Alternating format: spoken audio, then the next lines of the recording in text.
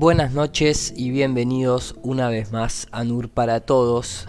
En esta ocasión, antes solía abrir los videos con la página de YouTube, ahora la voy a abrir siempre con la página de NUR para Todos, simplemente para refrescarles y recordarles que lo que a información concierne va a estar acá siempre la última data, digamos, del trabajo que venimos haciendo, y obviamente también en videos dentro de NUR para Todos siempre van a estar los últimos posts, no solamente de mi canal, sino también algunas veces linkeando a canales amigos que hayan hecho alguna investigación y demás, así que para eso están acá las etiquetas y las categorías por si quieren filtrar. Añadí el botón de conferencias y en breve voy a estar añadiendo también el botón de descargas. Dicho esto, quiero pasar al video que hace un tiempo que venía comentando en los directos que tenía ganas de hacer, y tiene que ver un poco con el rubro al que yo pertenezco, que es el tema de los efectos visuales y todo lo que tiene que ver con las nuevas tecnologías aplicadas justamente a la realidad virtual, al 3D, a las imágenes y todo ese mundillo que hoy en día parece ser la única vía potable para mantener las bolas giratorias en el espacio, ¿no? Porque ustedes tienen que recordar, por lo menos desde mi punto de vista, el siguiente concepto. Antes a la gente se la convencía solamente a los pocos que estaban educados como para comprender las cosas, ¿no? Porque cuando la gente dice ya hace 2000 años se sabía que, hemos siempre tocado ese tema y no es así, pero más allá de eso, hasta 1900 prácticamente, por decir un número abarcativo, más del 50% de la gente era analfabeta, no entendía nada, apenas sabía lo necesario para poder operar en alguna fábrica o llevar a cabo algún trabajo. Entonces, cuando uno dice hace 2000 años la gente ya sabía, no, siempre fueron unos pocos que pertenecían a altos grados escolásticos, y por lo general esas escuelas eran herméticas, ocultistas, o tenías que, a medida que iba pasando la historia, siempre tenías que encerrarte o en un convento o en un monasterio para tener acceso a esa educación. Te transformaban, antes de ser tal vez un estudioso o un letrado, te transformaban en un religioso y después te daban el conocimiento. Y cuando ya te querías ir de ahí, estabas totalmente adoctrinado. Ese concepto que antes se le mostraba a la gente a través de fórmulas, ecuaciones matemáticas, de ahí la frase de Nikola Tesla: la ciencia de hoy en día ha reemplazado la experimentación en laboratorio por ecuaciones de ecuaciones de ecuaciones. Esas ecuaciones, la intención era que la persona estuviese capacitada para poder transformarla en su mente a una imagen. Ahora, ese proceso ya no lo hace simplemente la mente. Ahora, si sos una persona que no tiene ni idea de ecuaciones, no importa, porque ahora toda esa programación te la va a transformar a una imagen una computadora a través de un proceso de renderización, de interpretación. Literalmente render significa interpretar en la traducción, ¿no? Entonces, hoy en día es más que necesario esta clase de, digamos, como tecnología aplicada al servicio de mantener al modelo heliocéntrico en pie. Entonces es ahí donde hoy en día entra la mejor tecnología para procesar todas esas múltiples ecuaciones algebraicas, en donde se programan vectores en un espacio tridimensional prefabricado, un montón de cosas que suceden detrás de la imagen que uno ve en la computadora, ese código fuente, que terminan generando por nosotros esa interpretación de imagen. Y eso se aplica para cualquier tipo de imagen, desde imágenes muy simples y sencillas, simplemente de líneas, hasta imágenes hiperrealistas, fotorrealistas, como la que nos presentan, por ejemplo, la NASA en las imágenes de la Tierra, vista desde el espacio. Entonces, lógicamente, no siempre les sale bien y muchas veces tienen errores o varían la calidad de la imagen, los tamaños de las cosas y demás a propósito, para no quedar pegado a tener que repetir constantemente algo que después no van a poder repetir. Incluso no siempre fue digital, obviamente, porque en otras épocas el paso intermedio entre que la persona tenga la capacidad para interpretar todas esas ecuaciones en un modelo siempre fue, y uno de los mejores renderizadores que tiene la naturaleza es la mano del hombre. ¿Por qué? Porque puede pintar fotorrealismo. Entonces siempre a lo largo de la historia existieron varias técnicas. Acá en este canal hemos tocado muchas veces las técnicas de la década de los 60 y los 70 en el cine, a través de lo que se llama el matte painting, que es esa cuestión de pintar a mano y luego sobreponer sobre película filmada. Y en otras épocas incluso está la patente, no es algo que lo estemos inventando en absoluto. Vemos la patente, por ejemplo, del dispositivo para producir efectos ilusorios, patentado en octubre 10 de 1905, en donde, oh casualidad, se toma como un ejemplo, ¿sí?, una esfera pintada con lo que después terminó siendo la imagen más reconocida de nuestro supuesto planeta esférico, esa imagen legendaria de 1972 por el Apolo 17. O coincidencia. Pero la mano del hombre es muy, muy experta en reproducir fotorrealismo, en estudiar la naturaleza de la luz y demás. Entonces no siempre fue CGI, pero hoy en día se ha estandarizado dentro de esta técnica. Y por eso ahora los aparatos ilusorios van de todo tipo, lógicamente. También lo vemos hoy en día, todo lo que sucede dentro de la ISS, en donde podemos detectar cientos de errores aplicados a efectos visuales, es parte de ese aparato para producir efectos ilusorios. ¿Se entiende para dónde vamos, verdad?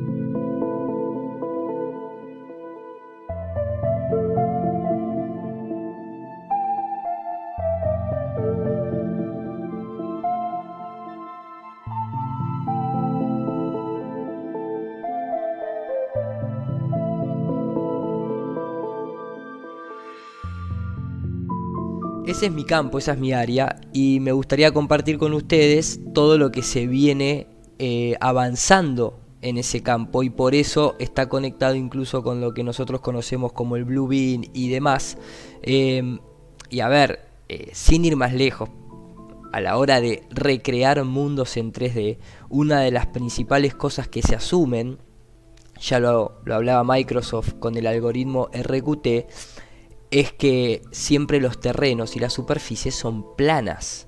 Hay un algoritmo que es el algoritmo RQT, que se utiliza en la mayoría de los simuladores de vuelo o de terrenos y demás, en donde justamente, y esta es la parte interesante, este es un video que yo había hecho al principio de todo, hace mucho tiempo atrás, basado en este algoritmo, porque en computadora, por lo menos dentro de la computación, se habla de que cuando uno se eleva y la línea del horizonte no cambia no se mueve ni hacia arriba ni hacia abajo, significa que, o se asume que, el plano es infinito. Y eso es algo muy curioso porque al menos nosotros, hasta las altitudes que podemos observar, ya sea desde pocos metros hasta los 120, 150 kilómetros de altura donde llegan los Sounding Rockets, la línea del horizonte se mantiene siempre a los ojos del observador. Por eso yo le decía en su momento plano multidimensional infinito. ¿Hay más tierra más allá de la Antártida? No lo sé. ¿El plano es infinito? Tampoco lo sabemos.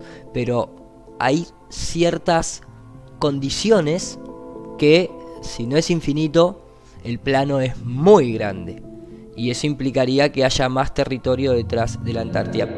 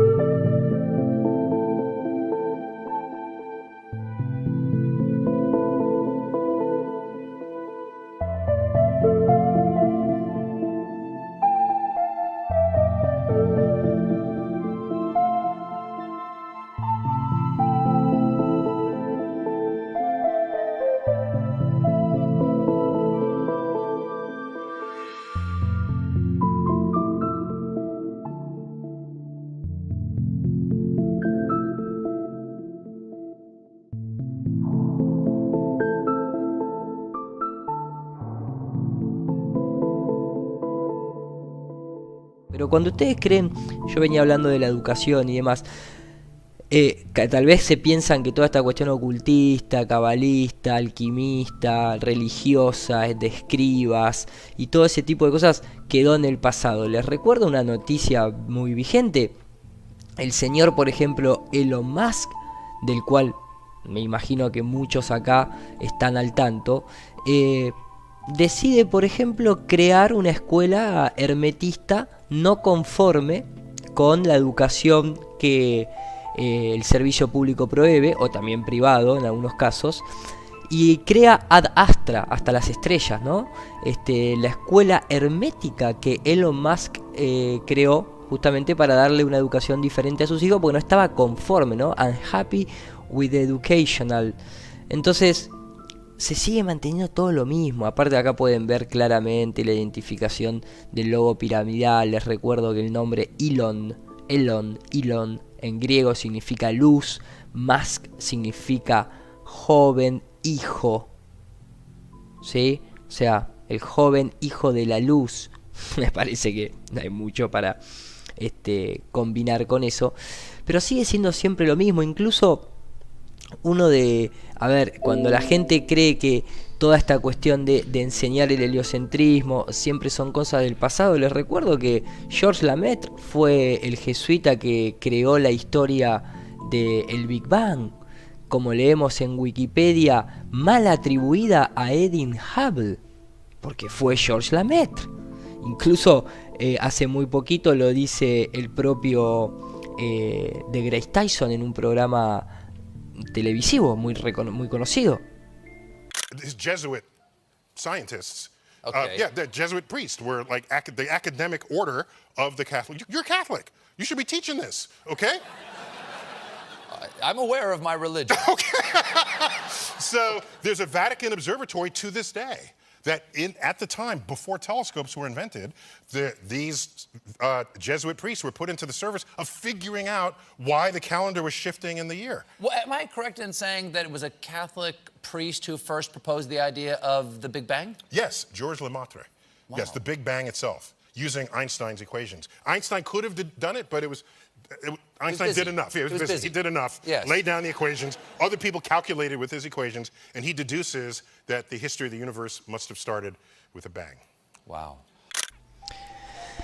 En fin, ustedes lo escuchaban de la propia boca de estos serviles al Imperio Romano. Me parecía más una tomada de pelo. Einstein lo podría haber hecho, pero ya estaba muy cansado, ya hizo demasiado. En realidad Georges Lemaitre tomó las ecuaciones de Einstein, me parece que la hicieron en conjunto, no te quiero contradecir, de Grace. Y en fin, todo un circo romano. Incluso hay una historia muy interesante porque ni siquiera los jesuitas fueron los que condenaron supuestamente a Galileo. Claro, si era uno de ellos. A las pruebas me remito. Acá, por ejemplo, dice, los jesuitas no fueron los que acusaron a Galileo Galilei ante la corte y la Inquisición. Esto es lo que Sergio Pagano, los apellidos me encantan, dice, uno de los expertos cardenales que estudió en la comisión del 79 otorgada por el Papa Juan Pablo II, de científico de Pisa. Digo, la iglesia acusó a Galileo, sí, pero los jesuitas no. Los jesuitas no acusaron a Galileo. De hecho, no hay que olvidarse que creadores o financistas de Galileo eran los Medici. ¿De qué estamos hablando? O sea que, de hecho, sabemos a la fecha de hoy que la mayoría de los astrónomos financiados en esas épocas eran justamente jesuitas. En todas las épocas, diría, ¿no? Following Copernicus' publications, it is probable the Jesuit order has produced more astronomers than any other demographic in Europe. That, ostensibly, a religious order should produce so many scientists should cause surprise. However, as these scientists have focused nearly exclusively in but one area, this gives us reason to question.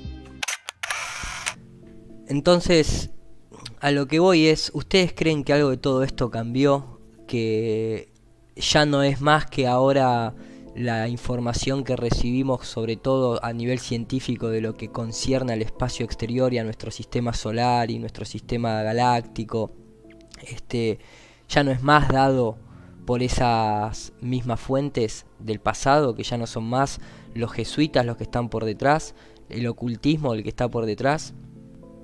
Minutos atrás veíamos a Georges Lemaitre, el jesuita que fue el creador y el inventor de la teoría del Big Bang. No fue Edwin Hubble, fue el jesuita Georges Lemaitre, el que hoy tiene un mural en la Agencia Espacial de la ESA, el que estaba al lado de Albert Einstein aconsejándolo. También vemos la relación de Einstein, obviamente, con Paul Warburg, el banquero.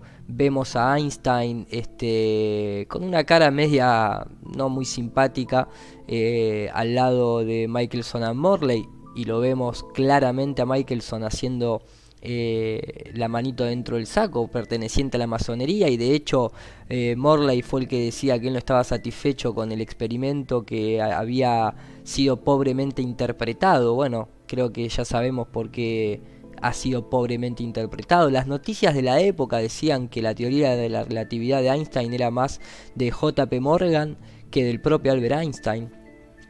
Obviamente, claro, si haces bien las cosas, podés recibir justamente una pequeña ayudita, como por ejemplo vemos acá en pantalla que Philip Foreman, el juez, le otorga el certificado de ciudadanía americana al hijo de David, Albert Einstein, que pertenecía lógicamente al reino de David, ¿no es cierto? Entonces ahí podemos ver un claro apretón de manos muy simbólico, por cierto, perteneciente, lógicamente, a ciertas logias.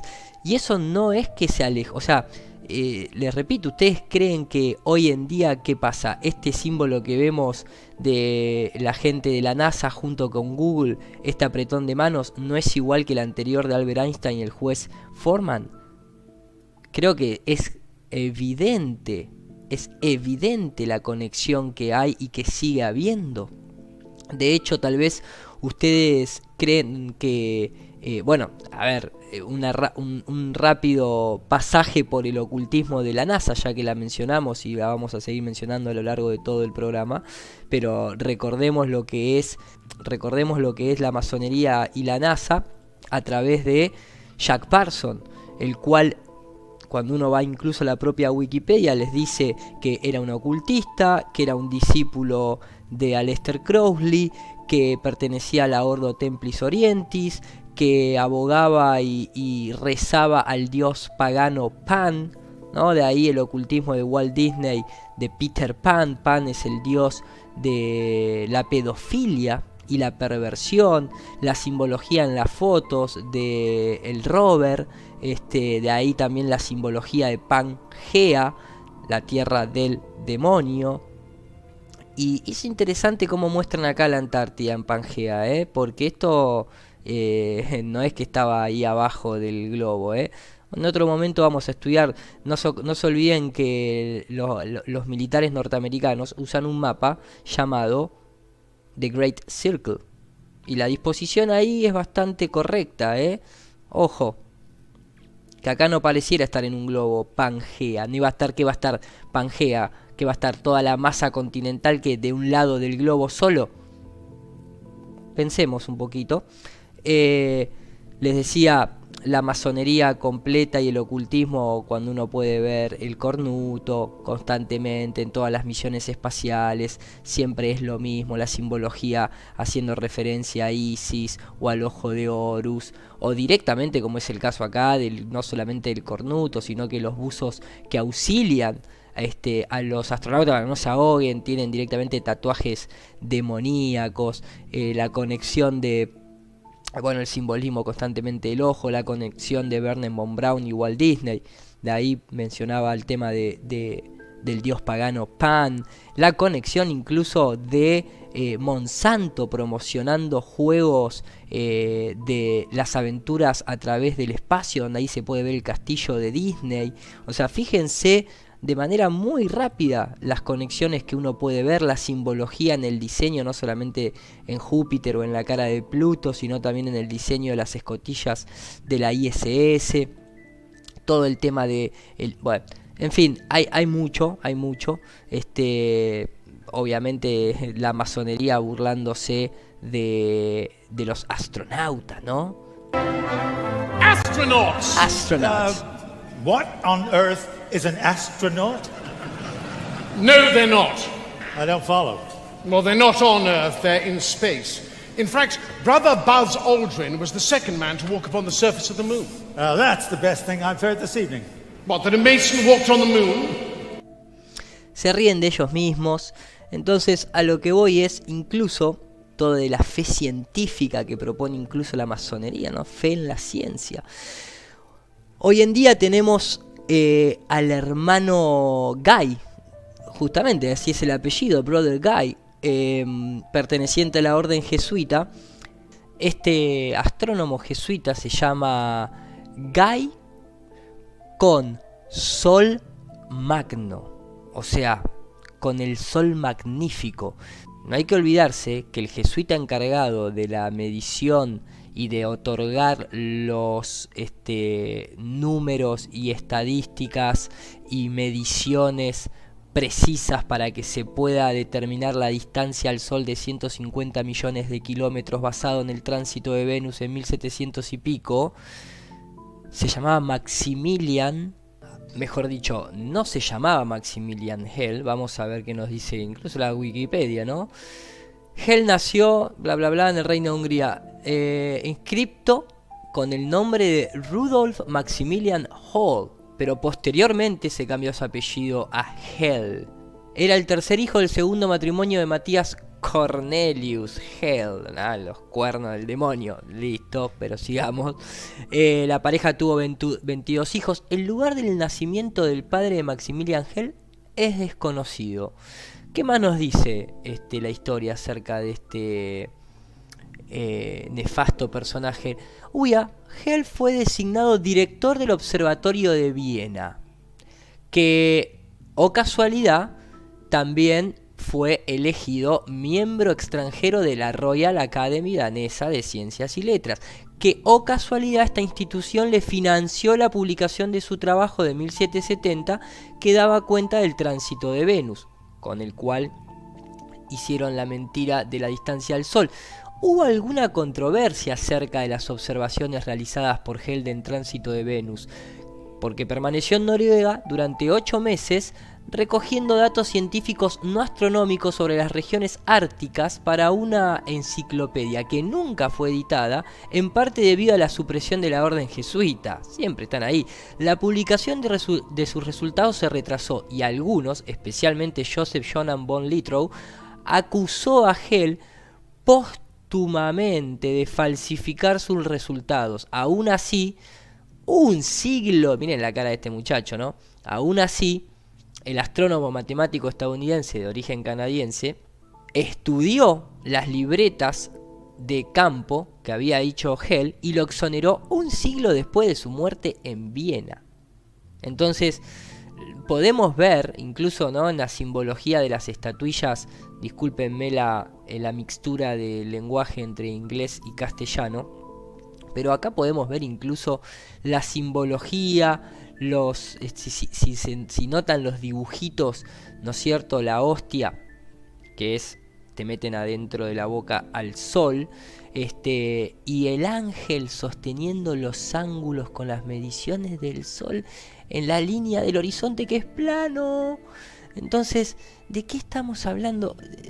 ¿Logran ver las conexiones que hay en todo? Aparte, esperen, que hay mucha gente que cree que la curación por magnetismo, porque nosotros somos todo electromagnetismo, todo nuestro plano de existencia es electromagnético, la gravedad no existe tal cosa.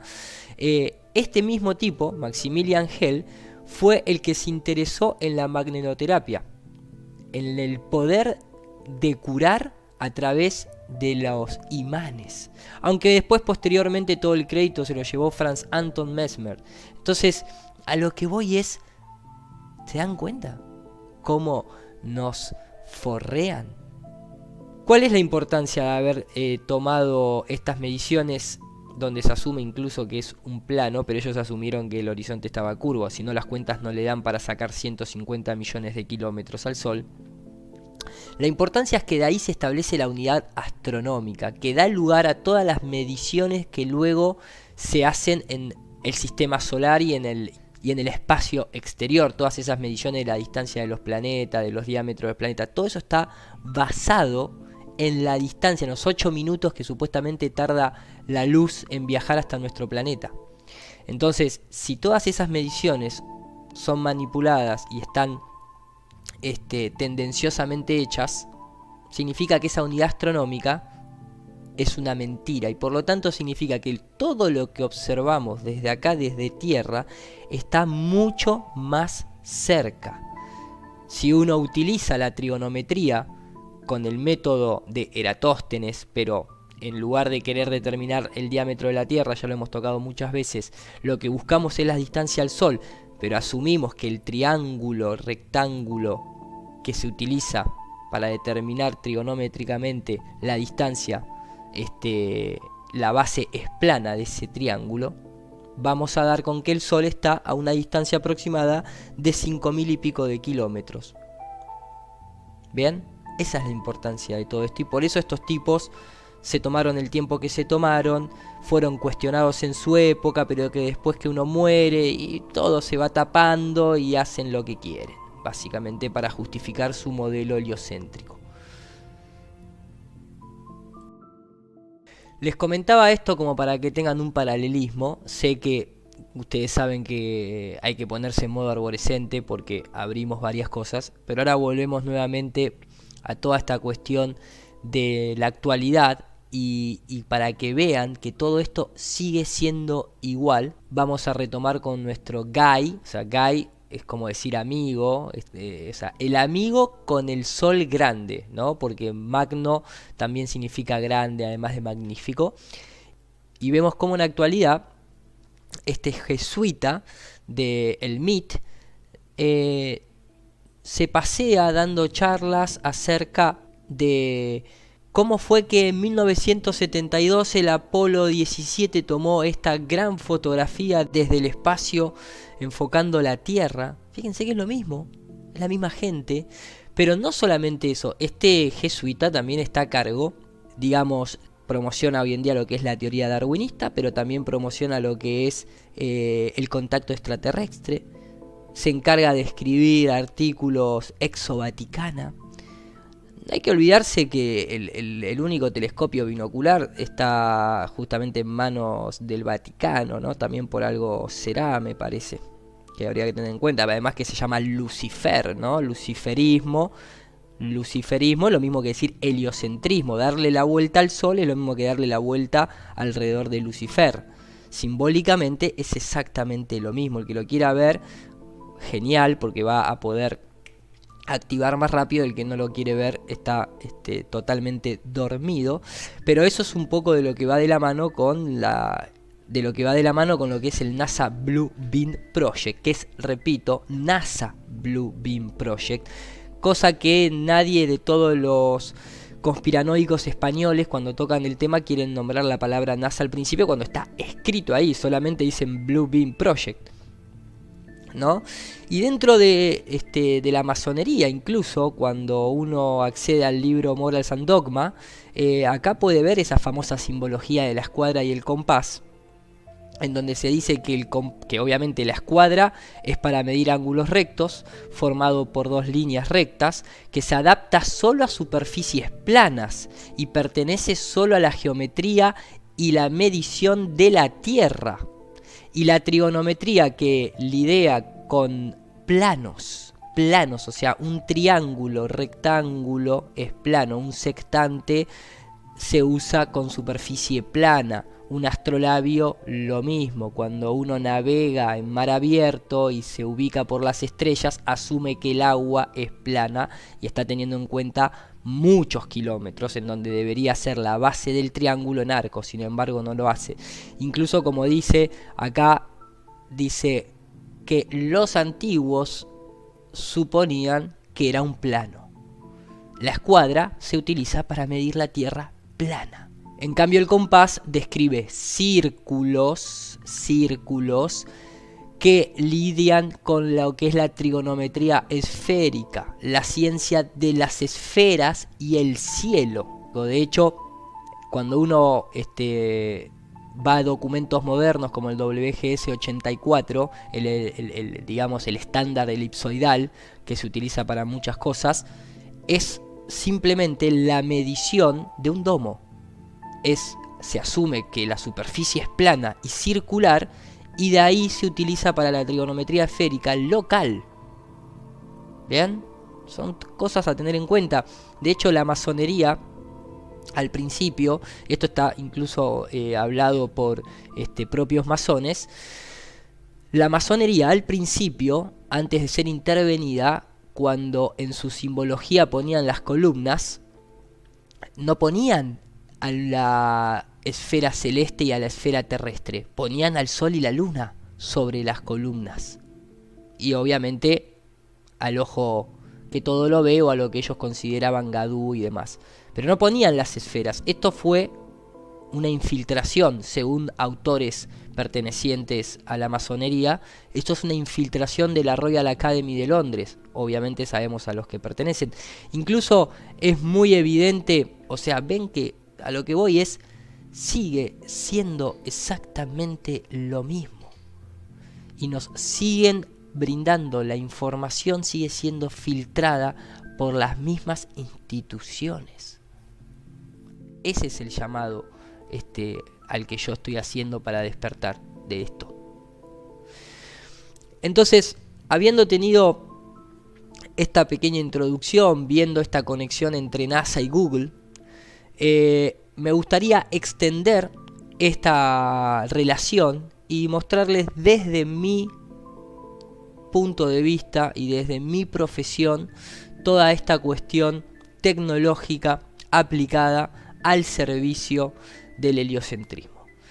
Así que hacia ello vamos.